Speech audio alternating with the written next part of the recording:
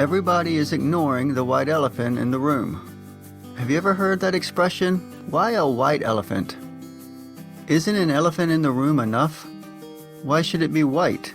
Well, it would seem that white elephant is an attempt to add strength to the idiom elephant in the room.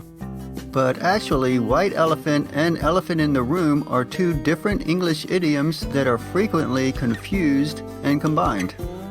Then there is the 800-pound gorilla in the room.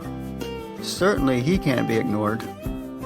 So elephant in the room, white elephant, and 800-pound gorilla are three English idioms with three different meanings. But it's no surprise that they are combined and confused with one another. In my searches, I even came across an article stating that 800-pound gorilla has started to replace elephant in the room. Let's go over each of them separately. Meaning of elephant in the room. Also used, elephant in the corner, pink elephant in the room, and as discussed, white elephant in the room. The elephant in the room is a topic that is sensitive, awkward, or embarrassing, and that no one wants to talk about, but which is difficult to ignore. A topic that everyone is aware of, but everyone avoids discussing. Usage of idiom.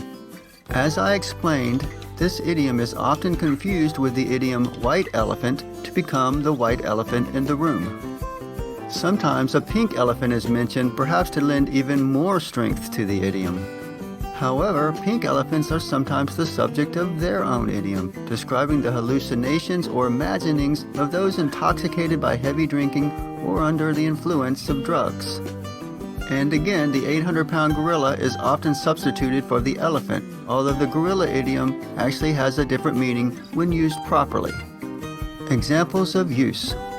Everyone gathered around the coffee maker this morning and talked about what they watched on TV this weekend, ignoring the elephant in the room, the impending sale of the company. We keep talking about man-made climate change and how to reduce emissions, but the elephant in the room is overpopulation. How do we solve that?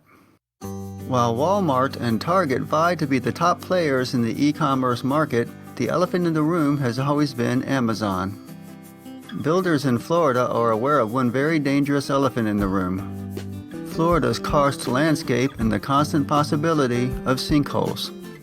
Even a careful evaluation of a property is no guarantee.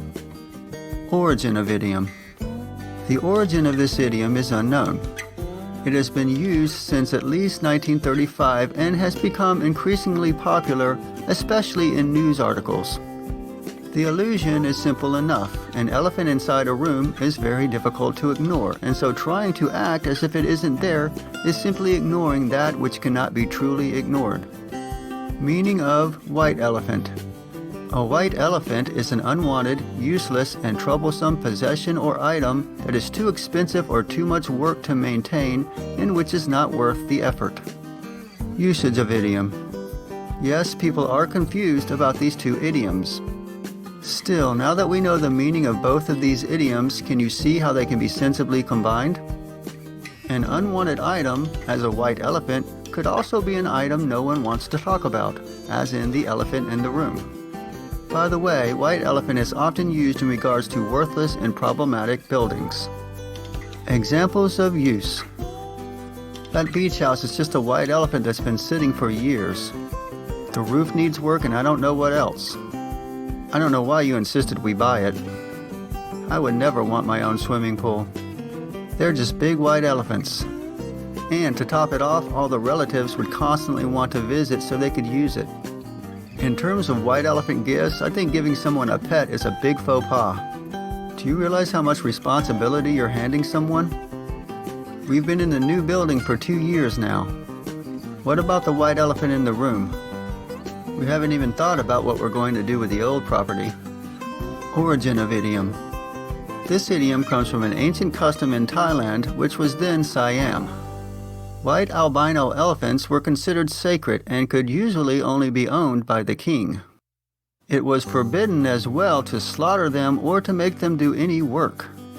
If the king was unhappy with one of his subjects, he would give them a white elephant. Such a gift, coming from the king, could not be given away. The cost of feeding and caring for the elephant was immense and would surely ruin the subject. These stories were known in England as early as the 1600s, but began to be used idiomatically during the 1800s. It has been claimed that Ezra Cornell popularized the term as early as 1828 during his habitual social gatherings.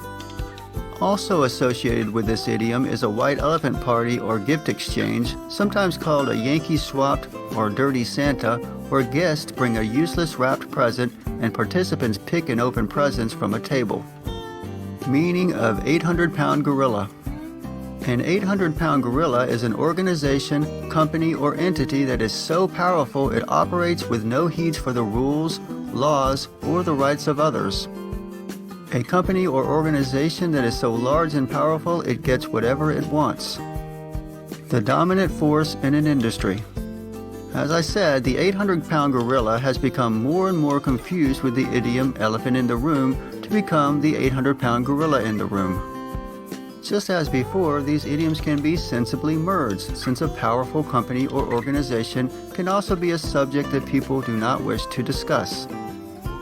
Examples of use.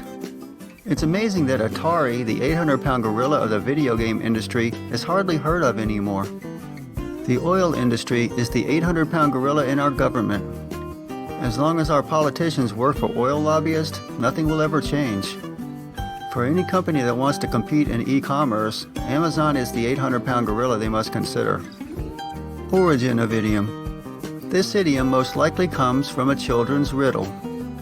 Where does an 800-pound gorilla sit or sleep? Answer: wherever it wants to. It has been used figuratively since at least the 1950s. I hope you found this video informative and that you'll consider giving it a thumbs up, and also, I'd love it if you left a comment for me. And if you want more, subscribe and turn on notifications by hitting the bell icon.